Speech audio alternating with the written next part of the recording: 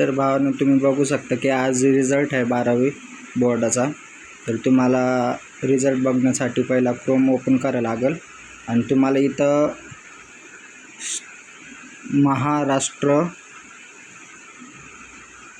Maharashtra state board result 2025 तर तुम्ही इथं आले आणि तुम्ही इथं क्लिक करून तुम्ही व्ह्यूज HSC रिझल्टवर क्लिक करून तुम्ही काही सेकंदामध्ये तुम्ही तुमचा रिझल्ट बघू शकता।